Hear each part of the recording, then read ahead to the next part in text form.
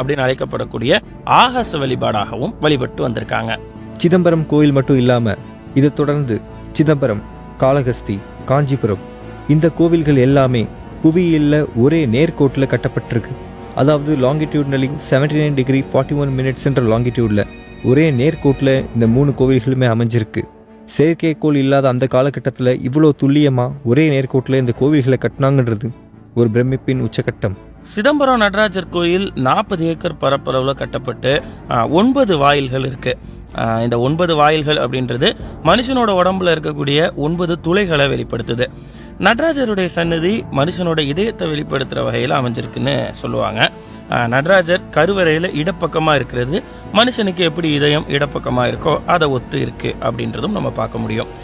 இதன் மூலமாக மனித இதயத்தோடு இது எவ்வளோ ஒத்து போகுது அப்படின்றத தீர்மானிக்கக்கூடிய வண்ணமாக இதயத்தில் நரம்புகள் எப்பயுமே பார்த்தீங்கன்னா நேராக இதயத்துக்குள்ளே போகாமல் இடது வலது பக்கங்கள் மூலமாக தான் உள்ளே போகும்.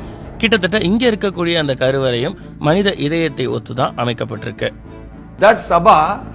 அந்த கோயிலோட சபாவில் 21,600 தங்க ஓடுகள் பதிக்கப்பட்டிருக்கு. இது ஒரு நாளில் ஒரு மனுஷன் சராசரியாக சுவாசிக்கக்கூடிய எண்ணிக்கை. அதாவது ஒரு நிமிஷத்துக்கு 15 எண்ணிக்கைன்னு வச்சுக்கோங்களேன். 15 × 60 × 24 அப்படின்னு கணக்கிடப்பட்டிருக்கு. இந்த 21,600 தங்க ஓடுகளும் 65,000 ஆணிகள் மூலமாக பதிக்கப்பட்டிருக்கு. இது மனித உடம்புல இருக்கக்கூடிய நாடிகளின் எண்ணிக்கை.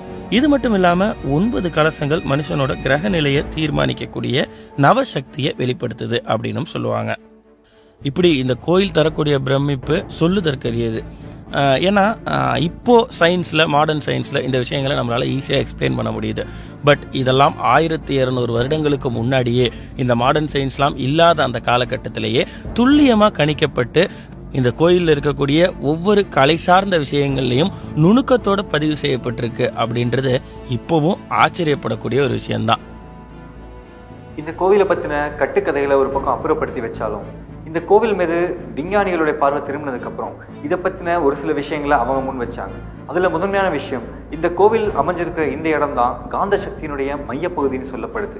அதாவது மேக்னெட்டிக் லைன்ஸ் இந்த உலகத்தில் 0ன்ற ஆட்டிடியூட்ல இருக்கிற ஒரே இடம் சிதம்பரம். கோவில் அமைஞ்சிருக்கிற இந்த இடம் காந்த கதிர்வீச்சுகளோட மையமாக அமைஞ்சிருக்கு. காஸ்மோஸ்னு சொல்லப்படுற பிராண துகள்களால் தான் இந்த உலகமே இயங்குது. உலகம் சுழறதுக்கான சக்தியை கொடுக்கறது காஸ்மிக் ரேஸ். காஸ்மிக் ரேஸ் இந்த உலகத்துக்கு வந்து வெளியேற பகுதியாக சிதம்பரம் அமைஞ்சிருக்கு. இத்தனை துல்லியமான விஞ்ஞானத்தை 4000 வருஷத்துக்கு முன்னாடி கண்டுபிடிச்சிருக்காங்கன்றது பிரமிப்பின் உச்சகட்டம். நடராஜர் சிலை, இந்த சிலை ஒரு மதமாக மட்டும் இல்லாமல் அதை தாண்டி இது ஒரு அறிவியல் வெளிப்பாடாக விளங்குது. இந்த உலகம் எப்படி உருவாச்சுன்னு சொல்லப்படக்கூடிய ஒரு ஃபார்முலாவாக இது இருக்குது. மாடர்ன் சயின்ஸில் ஒரு மிகப்பெரிய புரட்சியை உருவாக்குனது நடராஜர் சிலைன்னு சொன்னால் உங்களால் நம்ப முடியுமா? 1972 விஞ்ஞானி ஃபித்ரத் சோப்ரான்றவர் எழுதினது டோ ஆஃப் ஃபிசிக்ஸ். விஞ்ஞானிகள் மத்தியில் மிக பிரபலமான இந்த புத்தகத்தில் the cosmic dance of Shiva அப்படின்றத பற்றி தெளிவாக சொல்லியிருக்காங்க. உலகத்தினுடைய தலை சிறந்த ஆராய்ச்சி நிறுவனம் அப்படின்னு சொல்லப்படக்கூடிய CERN, இந்த ஆராய்ச்சி நிறுவனம் சுவிட்சர்லாந்தில் அமைக்கப்பட்டிருக்கு. கிட்டத்தட்ட 27 கிலோமீட்டர் பரப்பளவில் ஒரு மிகப்பெரிய ஆராய்ச்சி நிலையம் இது. அத்தனை வகையான ஆராய்ச்சிகளும் நடக்கக்கூடிய இந்த இடத்தினுடைய நுழைவாயிலில் ஒரு நடராஜர் சிலை வச்சுருக்காங்க அப்படின்னு சொன்னால் உங்களால் நம்ப முடியுதா?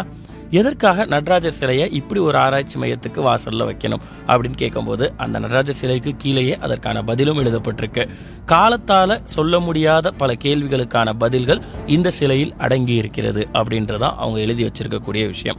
ஆச்சரியமா இருக்கா? இந்த ஆச்சரியங்கள் ஆராய ஆராய இன்னும் பெரிதாகிக்கிட்டே தான் போகுது. நடராஜர் சிலையினுடைய அமைப்பு இந்த பிரபஞ்சத்தை வெளிப்படுத்துது. நடராஜரை சுற்றி இருக்கிற இந்த வளைவு இந்த பிரபஞ்சத்தையும், அதில் பதிக்கப்பட்டிருக்க நெருப்பு இந்த பிரபஞ்சம் விரிவடைஞ்சிக்கிட்டே இருக்குன்றதை வெளிப்படுத்துது.